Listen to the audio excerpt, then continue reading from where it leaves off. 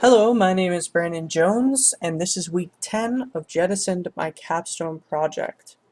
Alright, so we're gonna host up a game here. Okay, so this week was more of an iteration on things I found in the testing, the user testing that I did.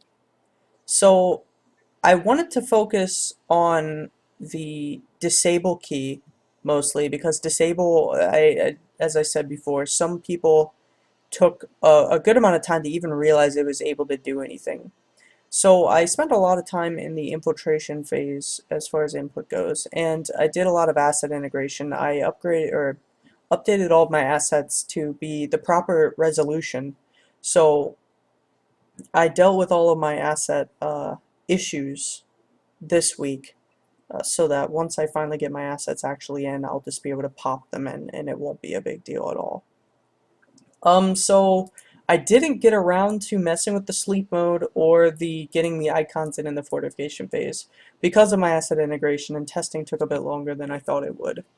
But in the next coming days, I will get in the sleep mode. I have some major plans for it, as well as getting some assets around the side for being able to drag and drop off and update this over here to be a little bit more readable. Right now it's just tiny little white text. As well as fix a few bugs. So I have the start and end point right here. I'm gonna throw those in, and I have my phone with the other client, so I'm gonna start that. Okay. So in the infiltration phase, you'll first see that I have a actual character model here now.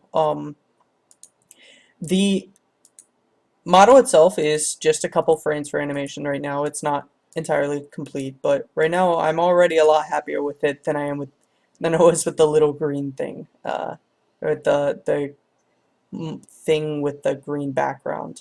So that's already a lot nicer in my opinion. As you might be able to see, whenever I move, everything gets grayed out to signal that you can't click there, whereas before it was just everything was grayed in. Also, when you click disable, I've disabled all these buttons so you can't use them, and then also I've highlighted the areas around the screen where the player can click. So hopefully when they do that, they'll realize, okay, I don't know what's going on here, but I'll click around there.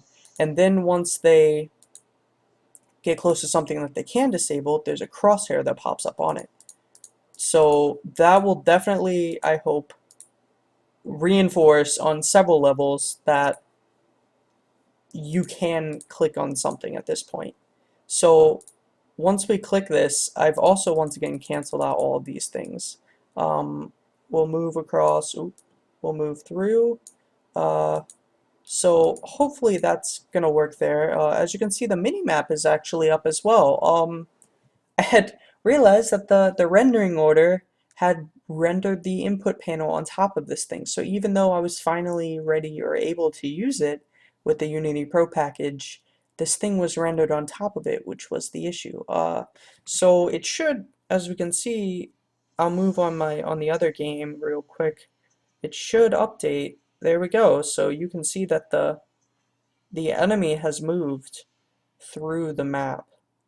The minimap actually is not updating. It's not centering on the room that they will go to. So that'll be my next thing. That's a small little bug to fix. But you can see that he is moving throughout the thing, and you can see him going, which is cool. So I will grab this. The enemy defenses has increased. I'm going to upgrade or update that also in the coming days. And there we go, victory. I'm feeling a lot better about this. Even just that small changes with the UI in the disable panel, or in the input panel in the disable button, I feel like are really huge improvements to what it was. I'm excited to move on in the next couple months and upgrade everything a bit more. And hopefully by next week we'll have some pretty major changes. Until then, see you later.